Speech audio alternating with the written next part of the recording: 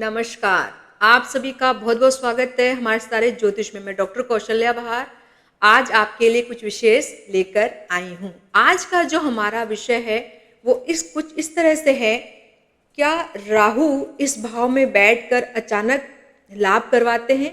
जी बिल्कुल। कुछ राहु की ऐसी स्थिति भी होती है कुंडली में जहाँ पर राहु हमें अचानक से लाभ करवाते हैं। वो कौन-सा भाव है?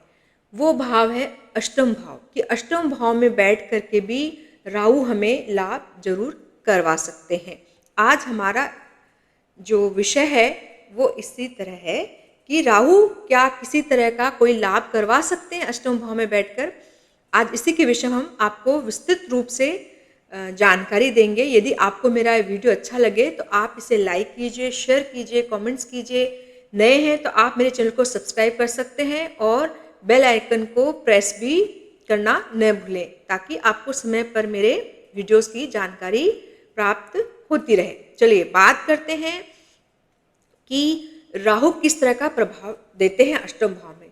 यहाँ पर राहु के प्रभाव को जानने से पहले हमें यह जानना ज़्यादा आवश्यक है कि अष्टम भाव कैसा भाव है। जैसा कि मैंने आपके सामने अष्टम भाव में राहु लिखा है। यदि आपकी कुंडली में इस भाव में राहु है तो इसका मतलब है कि आपके अष्टम भाव में राहु है। सबसे पहले जानते हैं कि अष्टम भाव किस तरह का भाव होता है, क्योंकि सप्तम से सेकंड हाउस होता है, 7 से सेकंड होता है, यानी कि हमारे स्पाउस की फैमिली का ये भाव होता है।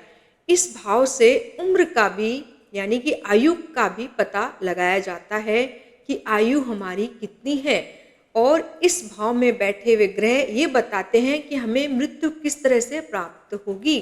ये एक गुप्त भाव होता है। जब इस भाव में कोई ग्रह आता है तो उसके विषय में 100% हम प्रेडिक्शंस करने में थोड़े से असमर्थ होते हैं, क्योंकि गुप्त भाव होता है।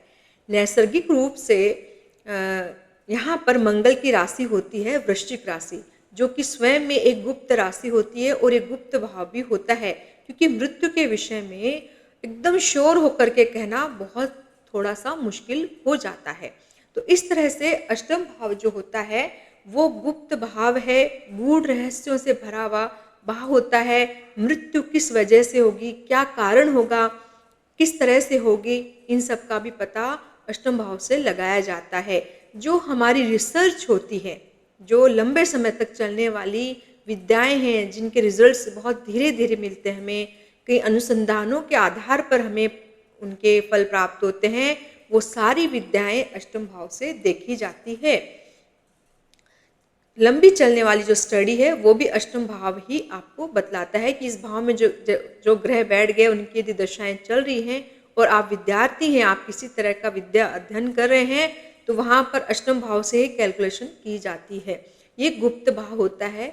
ये जादू टोने, तंत्र विद्या जिसे ऑकल्ट कहते हैं, इन सब का भी भाव यही होता है। यहाँ पर बैठे हुए ग्रह आपकी रुचि को बताते हैं कि आपका ध्यान किस तरफ, आप किन चीज़ों में बिलीव करते हैं, आप किस तरह का विश्वास करते हैं। तो ये तो होता है कि अष्टम भाव की प्रकृति क्या है, अष्टम भाव से हम किन किन चीज़ों का पता लगा सकते हैं। अब बात है कि अष्टम भाव में राहु जैसे मायावी ग्रह आते हैं तो क्या कुछ अच्छा लेकर के आ सकते हैं हमारे जीवन में? जी बिल्कुल। यहाँ पर राहु भी आपको अच्छा प्रभाव दे सकते हैं, लेकिन शर्त यह है कि राहु आपके अच्छे होने चाहिए। सकारात्मक प्रभाव लिए हुए राहु यदि यहाँ रहते हैं तो आपको अच्छे रिजल्ट्स ही जीवन में देखने को मिलते हैं।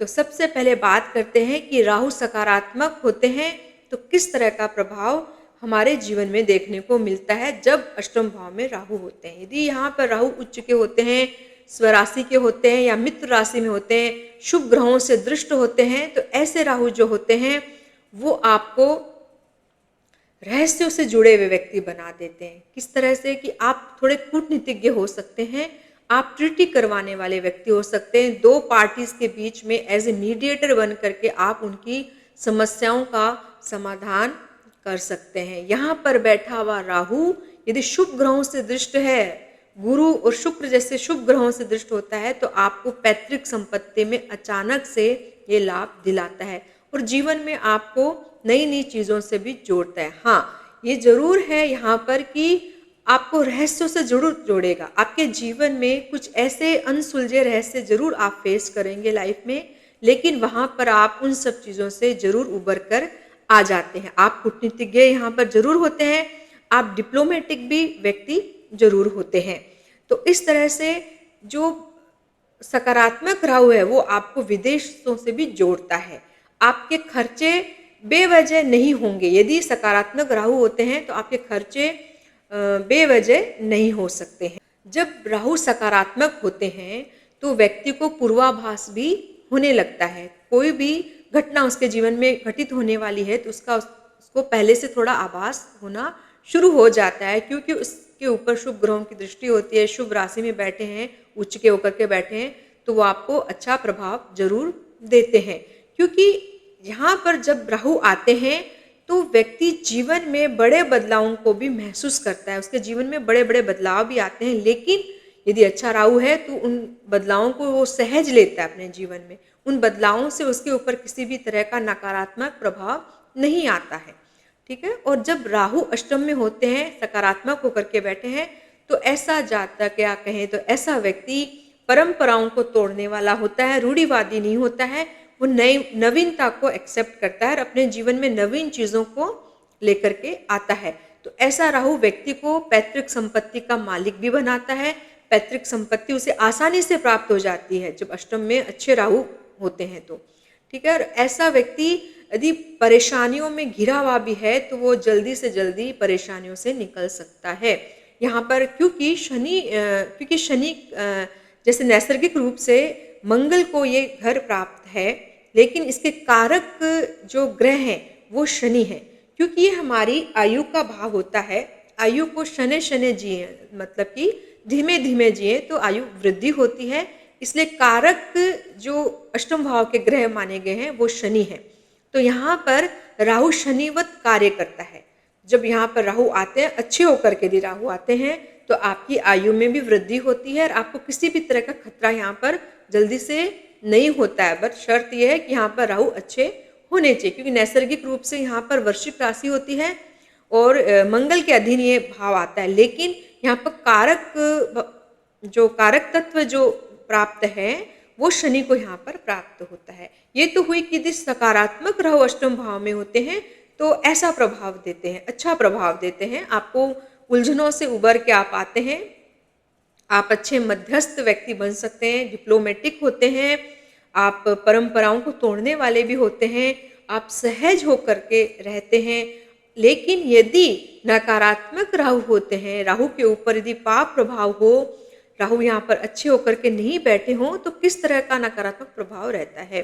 क्योंकि देखिए, यदि सकारात्मक राहु होते हैं तो आपको विदेशों से भी ऐसा राहु जोड़ता है और आपके जो खर्चे रहते हैं वो सही कार्य में भी हो जाएंगे। लेकिन यदि नकारात्मक राहु रहते हैं तो ऐसे राहु जो होते हैं वो आपको विदेशों से लाभ नहीं होने देते हैं। आपके बेवजह के खर्चे होते हैं, आप बेवजह की परेशानियों से घिरे हुए व्यक्ति रहते हैं, ठीक है? और आपकी कई लोगों से, मतलब कहें तो जल्दी या किसी भी व्यक्ति से आप विवाद जरूर खड़ा कर देते हैं यदि आपके राहु अच्छे नहीं होते हैं। आपको विवादों से जोड़ देते हैं, आपकी वाणी के माध्यम से आप अपने कुटुंब के साथ में भी विवादास्पद स्थितियां खड़ी कर देते हैं यदि राहु अच्छे नहीं होते हैं तो। और ऐसे राहु जब अष्टम में आते हैं पाप प्रभाव लिए हुए, तो व्यक्ति को कुछ ऐसी बीमारियों से जोड़ देते हैं जो लंबे समय तक चलती है या जिनका पता भी नहीं चलता है, क्योंकि राहु कभी भी किसी भी विषय में जानकारी आपको कंप्लीट नहीं देता, मतलब पूर्ण रूप से आप जानकारी वहाँ प्राप्त नहीं कर पाते हैं और आपको ऐसी बीमारियां दे देता है जिनका इलाज ही संभव नहीं होता है। कभी-कभी बीमारियों को पता भी नहीं चलता यदि राहु अष्टम भाव में आते हैं तो। और ऐसे व्यक्ति को पैतृक संपत्ति के लिए भी कठोर संघर्ष करना पड़ सकता है। पैतृक संपत्ति के लिए वो लिटिगेशन जैसे मामलों में भी वो जुड़ सकता है, उसे कई तरह की परेशानियों का सामना भी करना पड़ता है। उसके परिवार वाले, उसके कुटुंब जो आदि होते हैं वो उससे परेशान रहते हैं, या कहें तो इनसे इनकी दूरी जरूर बनी रहती है। संपत्ति बनाने में भी ऐसा राहु आपको कष्ट जरूर देता है, विदेशों से भी आपको लाभ नहीं होने देता है। और ऐसा व्यक्ति जादू तंत्र में, जादू टोने जो तंत्र विद्या है इन सब में विश्वास करता भी है और कभी-कभी ऐसा जातक या ऐसा व्यक्ति इन सब चीज़ों के अंदर चले जाता है और वहाँ से वो अपनी सारी शक्तियों को प्रभावित करता है।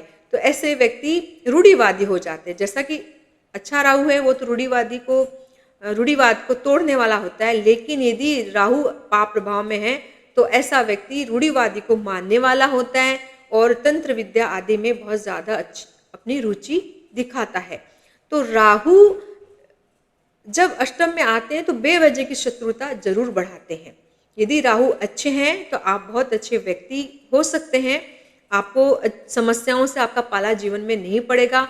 आपको अचानक से जीवन में जुआ, माफ कीजिए, लॉटरी आदि से आपको अचानक से लाभ हो सकता है। पैतृक संपत्ति से आपको लाभ हो सकता है और आपके स्पाउस की जो फैमिली है वो आपको कोऑपरेट करने वाले भी होगी। लेकिन यदि ये पाप प्रभाव में आ जाते हैं तो व्यक्ति के पग पग पर परेशानियां यहाँ पर खड़ी कर देते हैं, बीमारियों से पाला पड़ जाता है और वाणी में भी ऐसे व्यक्ति के वाणी में भी प्रभाव नहीं रहता है। कहीं तो उसकी वाणी को भी कठोर ऐसा राहु कर देता है और आपको तंत्र विद्या आदि से भी जोड़ देता है।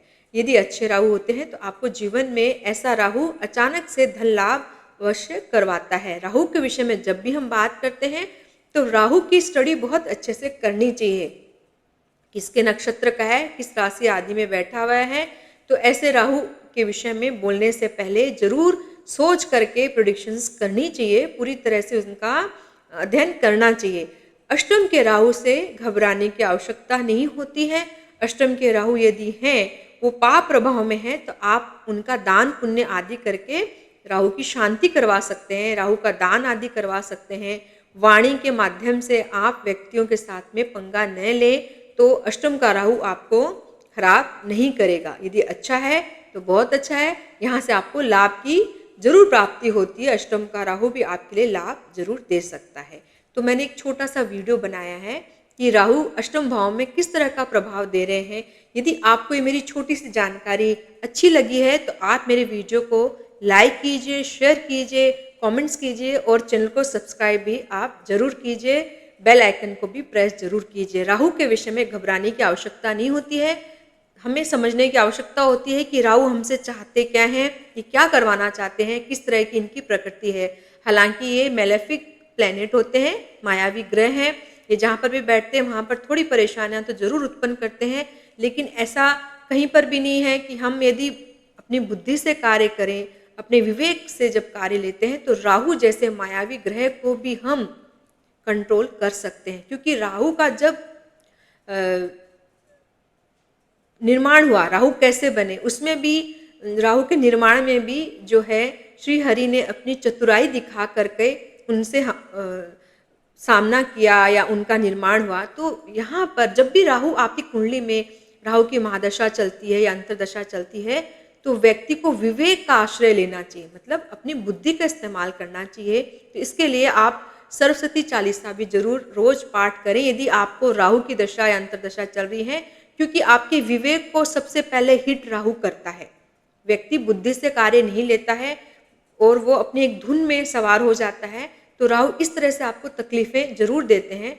तो घबराने की आवश्यकता नहीं है। आप जानिए आपका राहु क्या चाहता है, किस तरह की प्रवृत्ति लेकर के बैठा है कुंडली में, और उसके अनुसार आपको उपाय अवश्य करने चाहिए। तो आशा करती हूँ कि आपको ये छोटा सा वीडियो मेरा अच्छा लगा होगा। यदि अच्छा लगा है तो आप लाइक, शेयर, कमेंट जरूर करें, सब्सक्राइब भी जरूर कीजिए। तब तक के लिए नमस्कार।